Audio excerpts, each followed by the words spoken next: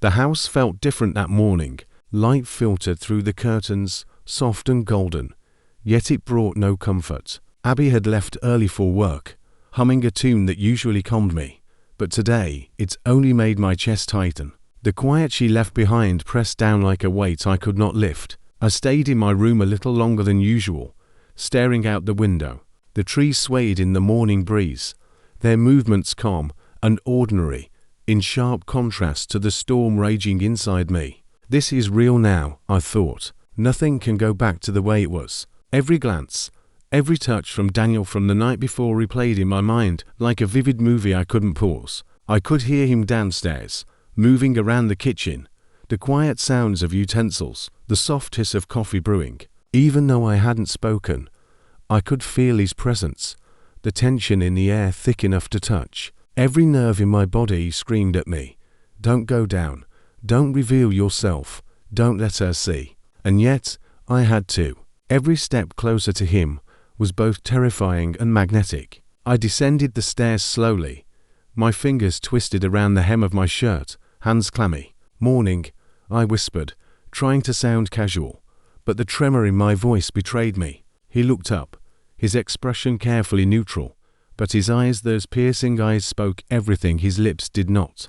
Conflicted, tense, longing. He gave a small, faint smile, but it didn't reach the depth of his gaze. The kitchen smelled of coffee and toast, ordinary and domestic, but everything felt surreal. I poured myself a cup, the mug warm in my hands, though my fingers shook slightly. Every moment with him felt like a delicate balancing act on a thin wire, the slightest misstep sending us both falling. "I don't know how long we can keep doing this," I admitted, voice barely above a whisper, my eyes fixed on the rim of my mug. He stepped closer, the air between us charged, his presence filling the room in a way that made it impossible to think straight. His hand brushed mine lightly, almost by accident, but the spark it sent through me was undeniable, scorching.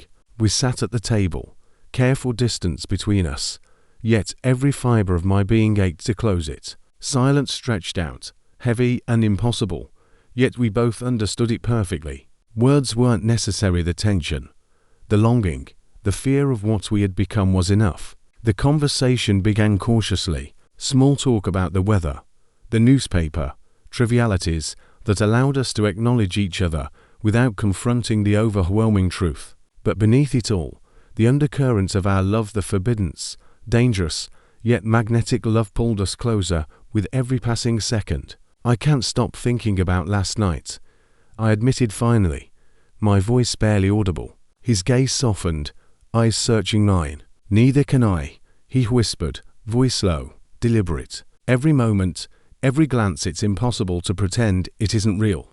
Breakfast stretched into hours of quiet, deliberate exchanges. He would occasionally brush my hand with his, while reaching for something, or our knees would touch lightly under the table. Each small gesture carried months of hidden feelings, longing and fear. Every time it happened, my heart raced as if he'd run a marathon without moving a step.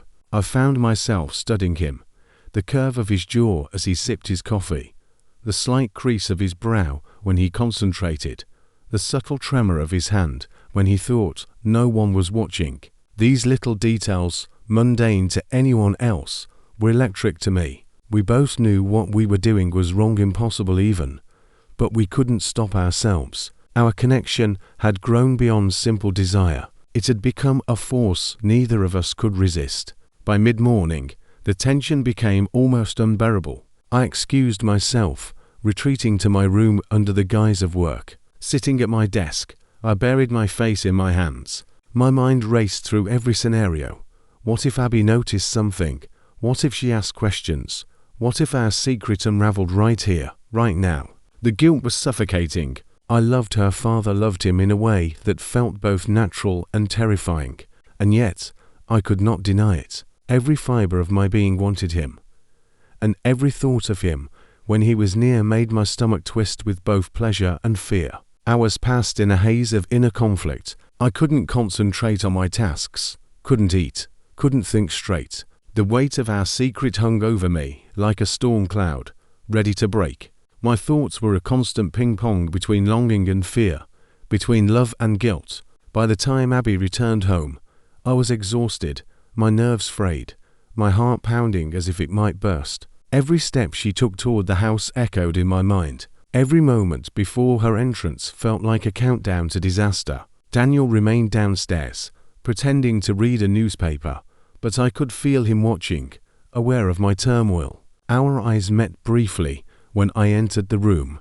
A silent acknowledgement. We were in this together, whether we liked it or not. And so the morning ended, ordinary on the surface, yet every second charged with danger, longing, and the undeniable truth. Our love was real, forbidden, and unstoppable. We had crossed a line that could not be uncrossed. Every glance, every touch, every shared silence was a step deeper into a world where nothing could remain the same. This is only the beginning, I thought. The truth is out between us, but what happens next could destroy everything. The next few days settled into a strange, tense routine. On the surface, everything appeared normal. Abby went to work. Daniel made his morning coffee. I moved about the house as if nothing had changed. But beneath the ordinary rhythms, the air was charged, every glance between Daniel and me carrying more meaning than it should have. I caught myself staring at him in ways I never thought possible, watching the way he sipped his coffee, the subtle curl of his fingers around the mug, the crease that formed between his brows when he read the morning paper. Every little gesture was amplified in my mind, magnified by months of hidden longing. Even simple actions became a dance of restraint. Passing each other in the hallway, our fingers would brush ever so slightly. Sitting across from one another at the table, our knees would occasionally touch. Each accidental touch sent a jolt through me, like electricity racing along my skin. And yet, fear lingered like a shadow. Abby's presence, though trusting and oblivious, reminded me constantly that our secret could not remain hidden forever. Every early return from work, every casual question about our behavior, set my nerves on edge. One late afternoon, with Abby out running errands, Daniel and I found ourselves alone in the living room. The golden light of the sun fell across the room, painting everything warm and ordinary, yet the atmosphere was anything but ordinary. I was tidying the bookshelves, arranging things carefully to appear distracted. Daniel was fixing a lamp, his movements deliberate and slow, giving me space, but I knew better. I could feel him watching, aware of my every motion. Our hands brushed while reaching for the same book. I froze, my heart skipping several beats. He looked at me, and I could see the longing mirrored in his eyes. "I can't stop thinking about you," I whispered, almost ashamed to admit it even to myself. "Neither can I," he replied, voice low, deliberate. "Every moment with you, every glance, every laugh it's impossible to ignore." The moments grew longer, more daring, yet careful. Our conversation wandered to trivial things, books, music, movies, but the subtext was unmistakable. Every pause, every breath, every subtle smile carried months of unspoken emotion. Later that evening, we cooked dinner together, passing utensils, sharing ingredients, arranging plates. Every simple task became charged. When our hands touched while setting down the bowls, neither of us pulled away. Instead, we lingered, acknowledging the connection silently, carefully, like the world outside did not exist. Despite the intensity of these moments, guilt clawed at me relentlessly. Lying to Abby, pretending everything was normal, was almost unbearable. I would replay interactions in my mind, analyzing every word, every glance, every touch, wondering if Abby noticed the change in us. At night, I often found myself pacing my room, whispering to myself, trying to process the storm inside. I love him, I shouldn't, but I do, and there's no escaping it. Daniel would sometimes come up behind me, his presence grounding, yet fueling the fire at the same time. "You're overthinking," he would murmur, his hand brushing my shoulder. "Just feel this moment, don't fight it." But feeling it was the hardest part. Every fiber of my being wanted him, yet every thought reminded me of the consequences, of Abby, of the forbidden nature of our love. Days passed like this, stolen glances, whispered jokes, lingering touches. Each moment heightened the tension. Each day a tightrope we walked together, knowing the balance could shatter at any second. And then came the nights. Even when the house was silent and Abby asleep upstairs, the proximity of Daniel made it impossible to act normal. We would sit together on the couch, reading or scrolling through our phones, knees brushing, fingers occasionally touching. Every touch was electric, every glance a conversation of its own. "Do you ever regret it?" I asked one night softly, as if the walls themselves could hear our secret. He looked at me, eyes dark and steady. "Regret what?" "This us," I whispered. "Loving each other, wanting each other. I don't want to hurt anyone, but I can't stop feeling this." His hand found mine, this time intentionally. "Neither can I," he admitted. "But hiding it any longer, it's impossible."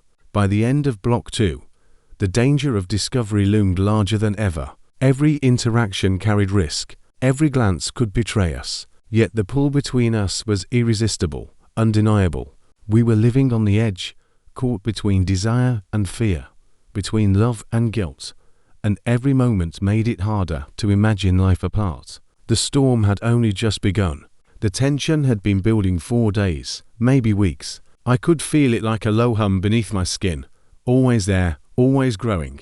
Abby's subtle questions, the way she sometimes lingered in the doorway, the flicker of suspicion in her eyes, it all added up. I knew the moment of confrontation was inevitable, and yet, knowing it intellectually did nothing to calm the storm in my chest. It began one evening when Abby returned home earlier than usual. I was sitting on the couch, pretending to read a book, but my heart raced so violently I thought it might give me away. Daniel was nearby, casually leaning against the kitchen counter, but the tension radiating off him was unmistakable. "Are you two acting differently?" she asked, her voice casual but edged with suspicion. I froze. My hands gripped the book like a lifeline. Daniel's hand brushed mine under the table, a silent reminder that we were in this together. "I don't know how to explain it," I stammered, my voice barely audible. "You can tell me," she said, though her eyes were wary. "I can handle the truth." After dinner, when Abby had gone to her room, Daniel and I sat across from each other at the kitchen table. The weight of anticipation was suffocating. Every word, every glance, carried the risk of exposure, yet the need to speak the truth burned brighter than the fear. "I don't want to hurt her," I whispered, voice trembling. "She's my best friend." "I know," he said softly, reaching for my hand. His thumb brushed mine, deliberate and grounding. "Neither of us do. But hiding it, it's killing us slowly. Pretending is worse than telling her." I nodded, tears pricking my eyes. "I know. I just am scared. Scared of losing her. Scared of what she'll think. Scared of how much I love you." His gaze softened. "I feel the same. But we can't keep going like this. The longer we wait, the more it will hurt when she finds out." We rehearsed the confession in our minds, imagining every possible reaction. Anger, betrayal, silence, tears. We knew it could go any way, yet the truth had to come out. That night, we finally sat Abby down. I could feel my knees trembling under the weight of anticipation. Daniel placed a hand on my shoulder, grounding me. "Abby," he began, voice steady but gentle. "There's something we need to tell you." My throat went dry. I swallowed hard. "It's complicated," I admitted, "but you deserve to know the truth." Slowly, we revealed everything. The months of stolen glances, the quiet moments alone, the feelings we couldn't deny. Every word was a risk, every breath measured. The air seemed to thicken as we spoke, heavy with guilt, love, and fear. Abby's face shifted through a spectrum of emotions: shock, hurt, confusion, and then a strange, reluctant understanding. Her eyes welled up, but her voice was calm. I don't know what to say," she whispered. "It hurts, but I don't want to lose either of you." After the confession, the room was silent for a long time. Daniel squeezed my hand, a small reassurance that we weren't alone in this. Abby finally spoke again, softly. "This changes everything," she admitted. "But maybe it doesn't have to destroy us." Relief and fear washed over me simultaneously. The truth was out, raw and undeniable, and now we were forced to navigate the aftermath. That night, I lay awake in my room, thinking about everything, the danger, the love, the guilt, the desire. Every moment of this forbidden love felt more real than ever, more impossible than ever. Yet I couldn't imagine life without it. We had crossed a line, faced the inevitable confrontation, and survived it. But the road ahead was uncertain, and deep down, I knew this was only the beginning of a storm that would test us all. The next morning arrived with an uneasy calm. The house felt lighter, yet the tension remained a subtle, persistent hum beneath the surface. Abby moved around with her usual efficiency, but the glances she cast toward Daniel and me carried a new layer of understanding. She knew something had changed. Daniel and I sat quietly at the kitchen table, our hands occasionally brushing, lingering just a second too long. Every touch was heavy with meaning, every silence thick with unspoken words. We had survived the confrontation, but the emotional storm was far from over. Over breakfast, Abby spoke first, her voice soft but deliberate. "I've been thinking about last night and I realize how complicated this is. I don't like it, but I don't want to push either of you away." I swallowed hard, relief and guilt clashing inside me. "I never wanted to hurt you," I whispered. Daniel reached across the table, taking both our hands in his. "We didn't plan for this to happen, but the truth is, it did, and we have to figure out how to live with it, honestly and carefully." Abby nodded slowly. There was pain in her eyes, yes, but also a willingness to understand, to accept that love, however forbidden, had found its way into our lives. The following days were a delicate dance of emotions. We moved around the house with careful awareness, each gesture, each glance, each word layered with meaning. Daniel and I found ourselves drawn to each other constantly, but now we had a fragile permission from Abby to exist in this strange, impossible triangle. We spent quiet afternoons together, sharing small moments of intimacy without secrecy, our hands brushing over the same cup of coffee, our eyes meeting across the table in a silent conversation, a soft laugh escaping as a private joke. Each moment, though simple, carried months of tension and longing finally released. Evenings became our sanctuary. The three of us would cook together, watch movies, or sit quietly in the living room. Each action was ordinary, yet charged with emotion. Daniel would occasionally glance at me, a subtle smile touching his lips, and I knew he felt the same weight of connection, love, and danger I did. For the first time in months, I felt a strange peace. The storm had passed, but its memory lingered in every glance, every brush of hands, every quiet laugh shared in the kitchen. The truth had come out, and though our lives would never be simple again, we had survived it together. I often found myself reflecting on how impossible it all was, how forbidden our love had been, and yet how undeniable. Love, I realized, does not follow rules. It does not respect boundaries or expectations. It simply exists, fierce and unstoppable. That night, I sat on the porch, looking at the stars, Daniel's hand finding mine in the darkness. We didn't speak. We didn't need to. Every heartbeat, every breath, every touch was a silent acknowledgement of the love that had survived impossible odds. And then Abby joined us, quietly settling next to us, her presence a gentle reminder of the complexity of our lives. She didn't say anything, but she didn't need to. In that moment, everything made sense. Acceptance, understanding, and love, however unconventional, had found a way to exist. We sat together in silence, the night around us, knowing the world outside was ordinary, but the world we had created was extraordinary. Forbidden, yes. Complicated, yes. But real. The truth was finally out. The secret, the longing, the forbidden love, all of it had been revealed. And yet, despite everything, despite fear, guilt, and the impossible circumstances, love had survived. Our journey was far from over, but in that moment, we understood something crucial. Love, in all its forms, is worth facing the storm.